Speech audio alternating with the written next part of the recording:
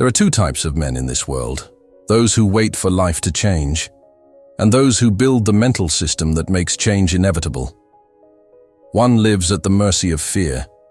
The other becomes immune to it. One watches his dreams rust in silence. The other turns every day into a brick in the legacy he's building. Let me ask you something. How many times have you said, "I'm doing everything right, but nothing's working"? You work hard. You've got ideas. You want more for your family. But deep down you feel stuck, like you're spinning in circles, exhausted, yet no closer to the freedom you thought you'd have by now. Brother, let me be honest with you. You don't have a work problem.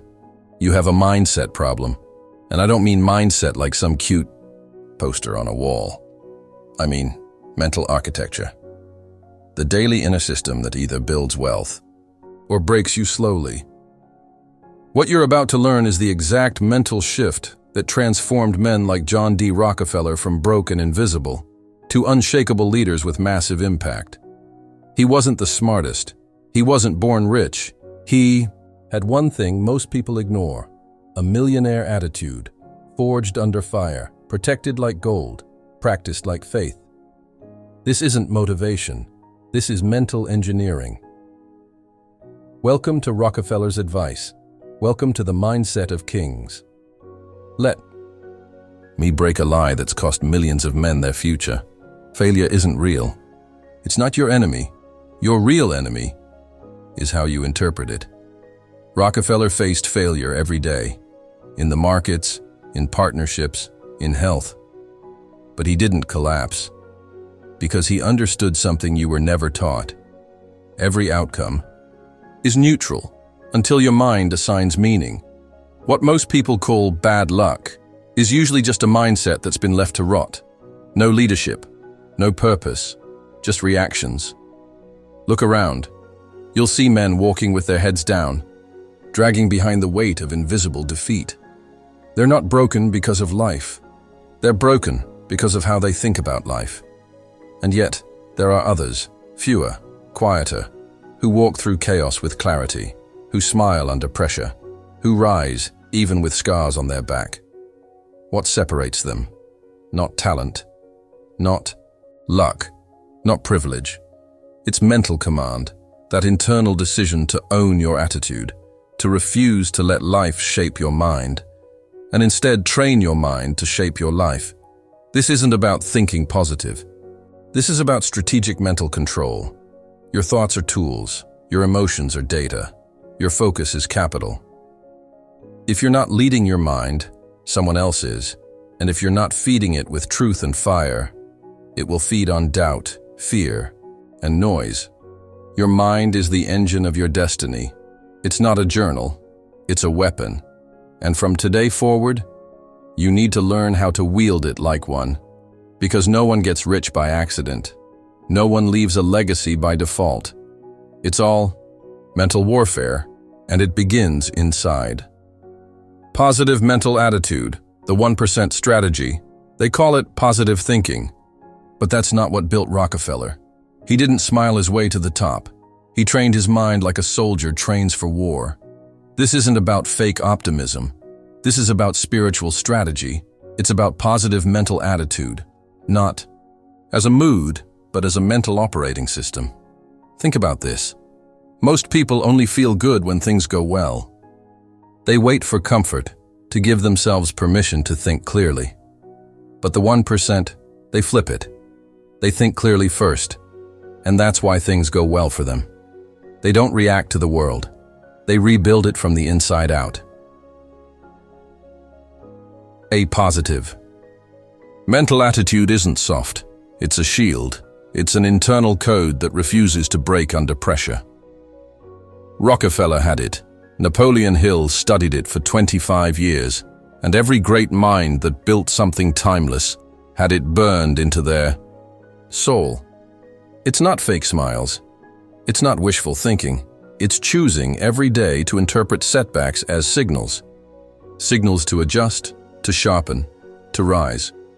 You can have the best business plan, the strongest skills, the best contacts. But if your inner frame collapses at the first sign of adversity, none of it matters. Your mental attitude is the base layer of your wealth. You wouldn't build a skyscraper on mud. Don't build your life on emotional instability. Train your mind, fortify your core. Because when pressure comes, and it always comes, it's the man with inner command who rises. The Rockefeller Code. Think like a business. Invest like a king. If your mind were a business, would you invest in it? Would you put money into a system that runs on distraction, insecurity, and self-doubt? Probably not.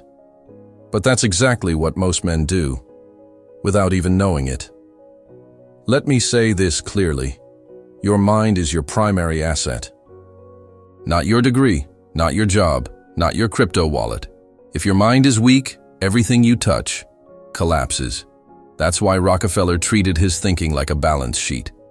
He reviewed it, corrected it, invested in it. He didn't just hope things would work. He thought in systems. He built rituals. He fortified his attitude the same way he built Standard Oil, with absolute discipline. Every thought is a deposit. Every emotion is a transaction. Every reaction is a cost or a gain. You either operate with mental profit or emotional loss. Let's go deeper. Autosuggestion is how you talk to yourself when nobody's listening. That's not fluffy affirmations. That's leadership. You're the CEO of your mind, and what you speak internally becomes policy.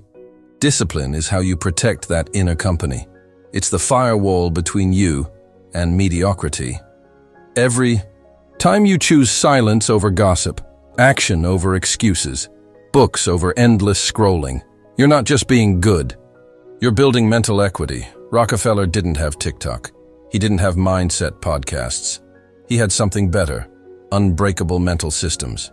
He knew the storm would come, so he prepared his mind before it hit. That's what made him rich.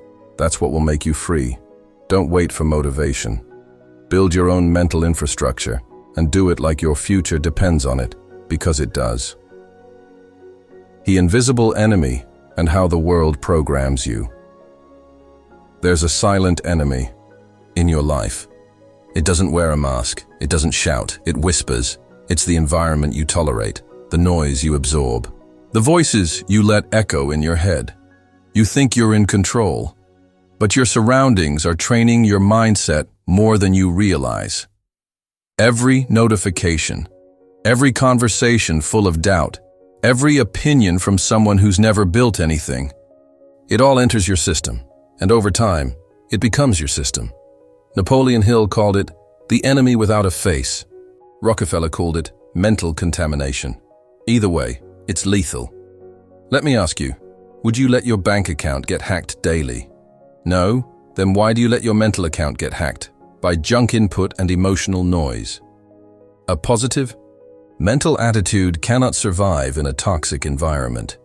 Trying to stay focused around distractions is like trying to keep a candle lit in the middle of a storm.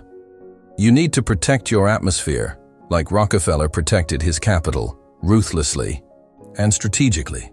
Your circle is either your prison or your launch pad. So check the inputs. Who do you allow in your space? Do they lift you or drain you? Do they multiply your vision or shrink it? Be honest, because proximity is programming, and the man who fails to guard his environment will never command his mind. Defined purpose, your financial and spiritual compass. Here's a truth no one's telling you. A man without purpose is a man who will be owned by fear. You can have motivation, you can have goals, you can even have discipline. But if you don't know why you're doing it, you'll quit the moment pressure rises. Purpose is not a quote on your wall. It's not a speech you memorize. It's a burning direction that guides your every decision. Rockefeller didn't just work hard. He worked with a definite purpose.